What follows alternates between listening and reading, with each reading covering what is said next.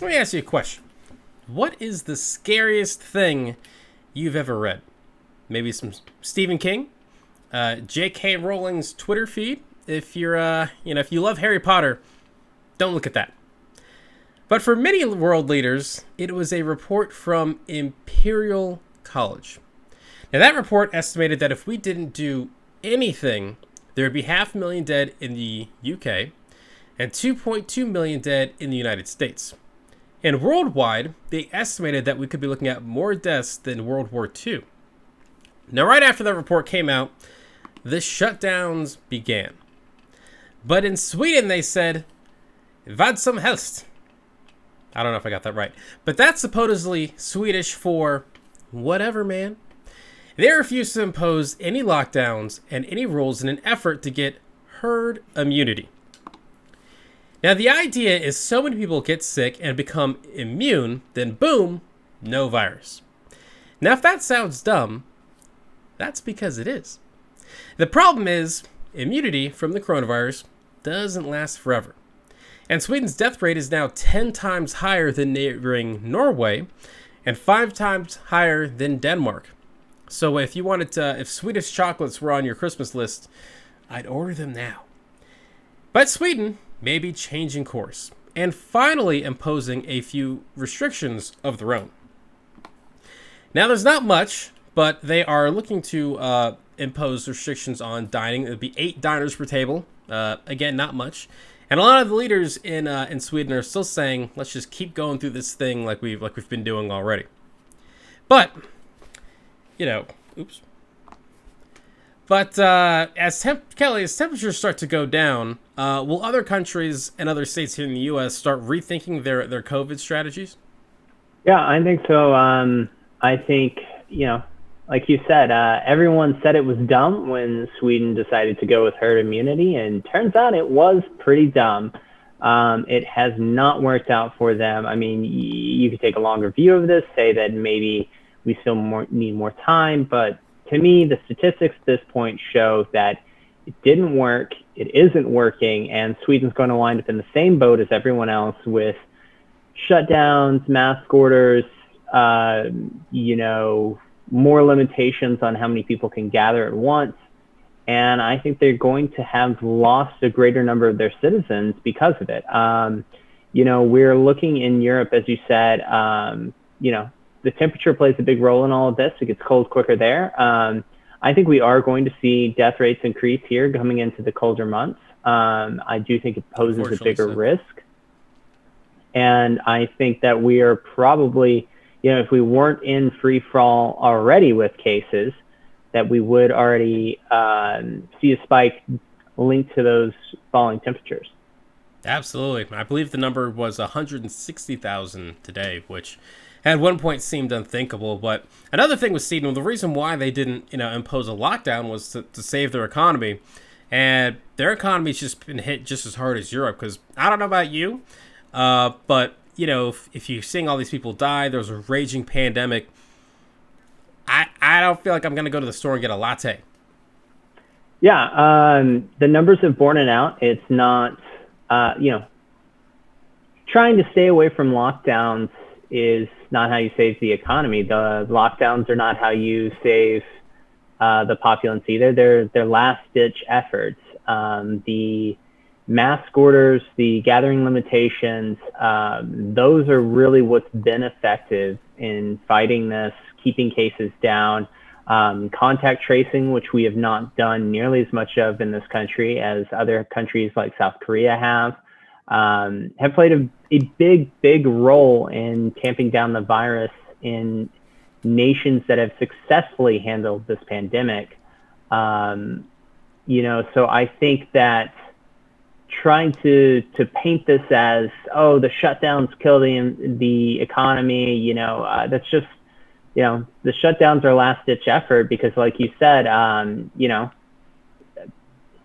even if there's no shutdown, there's still a pandemic going on. You're not going to be as inclined as you might be to go out and go to a restaurant and be surrounded by people. It's Exactly. pretty simple. Or, spend money on really anything. There's certain parts of the U.S. economy that are growing and doing good. But a lot of it seems like it's been artificial growth with people who have okay, I had a full time job. Now I'm going to take a less paying job, or I'm going to take a part time job.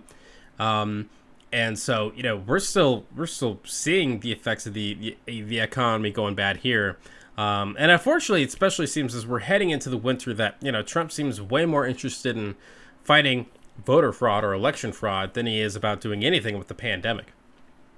Yeah, yeah. I saw someone tweeting about the fact that the president had tweeted, 11, 12 times, how many ever it was, over a 12-hour period, and none of them had been about the coronavirus pandemic. And I think, the economy and the coronavirus pandemic were the number one issues for voters, and it appears that, at least a sizable population of the or sizable portion, I should say, of the American population said, the economy is going to hurt no matter what until we get this pandemic figured out.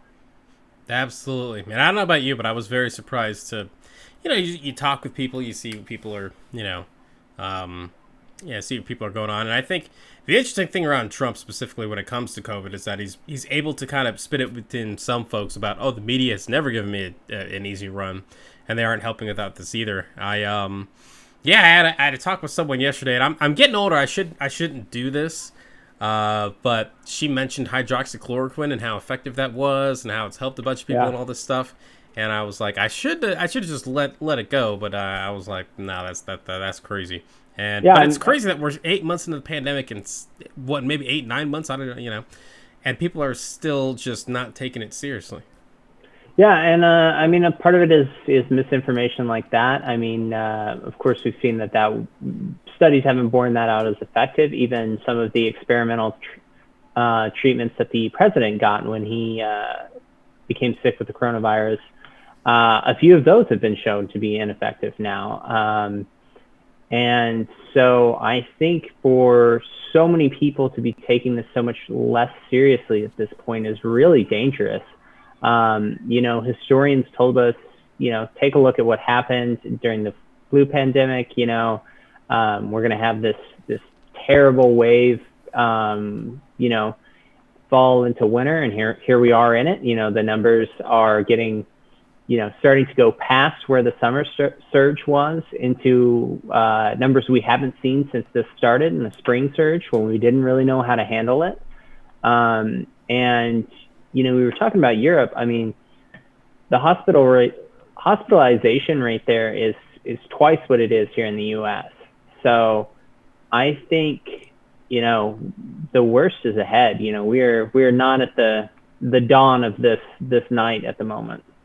Absolutely. And unfortunately, throughout this whole pandemic, especially I remember in the beginning how Europe goes, we're usually only 2 weeks, behind. And we've had some good progress. I believe the hospitalization rate, I should say the hospital mortality rate, it was at 1.25%. It's now gone on now 9%, which is awesome. We have a lot more treatments now. We have a lot more ways to help folks who have it. But you got to keep in mind that 25% number was when we were having 40,000, 50,000 new cases a day. And now, 200,000 cases a day is probably something that's going to happen relatively soon. So even though we have had these advancements in medicine, just from a sheer numbers perspective, we're looking like we're going to get overrun here pretty soon. Yeah, we've seen those maps online. It's showing where the states are on whether virus cases are going up or down. It looked like the Northeast was doing pretty good for a while there, and now the maps are showing, just uncontrolled spread, just about everywhere except for Vermont, where it's also trending badly. And that's a state that's done very well, and even Maine, which had been doing very well with this, now is seeing much higher case numbers. And I think that people really, as we go into this holiday season, really need to be cautious. Absolutely. Yeah, you might want to get out there, eat some turkey with the fam, but as I say as a Falcons fan every year, there's always next year. Yeah. I think people at the very least need to think about the risk, need to manage that risk however they can as they travel for the holiday season or decide not to travel. Because this is, this is no joke. We're seeing more and more people with it all the time. And like you said, treatments have improved. Although, again, a lot of these high dollar treatments, that are heralded in the news as the next big thing have come out to be nothing. Whereas a simple technique, simply just turning patients over, allowing gravity to do the work, help with the lungs, that's had great success rates. It's a very simple thing to do, but we didn't know to do it because we were so unfamiliar with this virus when the pandemic first began. So mortality rates have dropped. We are much more prepared to treat it than we were, but I think you're right that as we see these hospitals become overcrowded, we're really going to see limits on how much they can do to tamp down the number of deaths we're going to see. Yep, absolutely. We're definitely heading into a dark winter for sure. Hey, what's going on, everyone? Thank you so much for watching Citizen Pete. I really appreciate it. If you haven't already, click that little subscribe button, maybe the like button, and hey, maybe just leave a comment. I want to know what you're thinking. What do you think about all the politics, the news, and all the stuff that's going on in our country?